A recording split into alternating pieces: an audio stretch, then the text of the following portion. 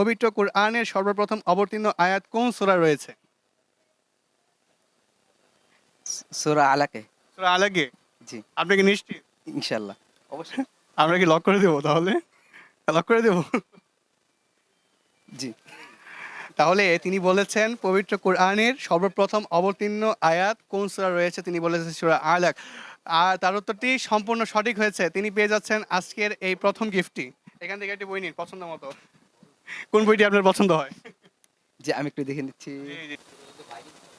একটু তাড়াতাড়ি করতে হবে। জি, জি।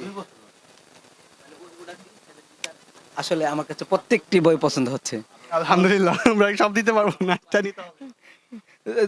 যেহেতু আপনারা একটা আমাকে প্রশ্ন করেছেন এবং উত্তর দিতে পেরেছি এবং আমাকে সম্মানিত করতে চাচ্ছেন, সেই হিসাবে আমি একটু আবদার করি। আমার অবশ্যই। আমার ২ টা বই পছন্দ, ওই সবচেয়ে বেশি পছন্দ। আচ্ছা, আচ্ছা। একটা হচ্ছে হযরত মুহাম্মদ সাল্লাল্লাহু আলাইহি সাল্লাম, আরেকটা মা আমেনা। এই ২ টা। আচ্ছা আপনি এখন নিবেন কোনটা? আপনাকে যেকোনো একটাই নিতে হবে এখান থেকে। আচ্ছা, আচ্ছা। তাহলে আমি মুহাম্মদ সাল্লাল্লাহু আলাইহি সাল্লামের জীবনীটা নেব। আচ্ছা নিন তাহলে আপনি এখান থেকে একটা সিলেক্ট করে নিন। তিনি এখান থেকে নিয়েছেন বিশ্বনবী হযরত মুহাম্মদ সাল্লাল্লাহু আলাইহি ওয়াসাল্লামের জীবনী। খুবই চমৎকার পছন্দ করেছেন তিনি নবীজির জীবনী নিয়েছেন। এটা আপনার। জি, আমি এটা কেন নিয়েছি আমি কিছু কথা বলতে আচ্ছা চাচ্ছি। অবশ্যই, অবশ্যই। যেহেতু আমি নতুন ব্যবসায়ী, নতুন ব্যবসা শুরু করেছি, আমি এখান থেকে শুরু করব।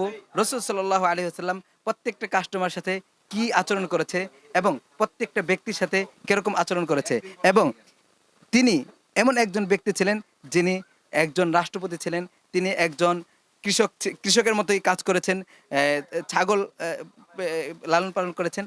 এখান থেকে আমি শিখতে চাই আমি যেন এই প্রত্যেকটা স্থানে তার মতো প্রত্যেকের সাথে আচরণ করতে পারি। আলহামদুলিল্লাহ ধন্যবাদ আপনাকে অসংখ্য ধন্যবাদ।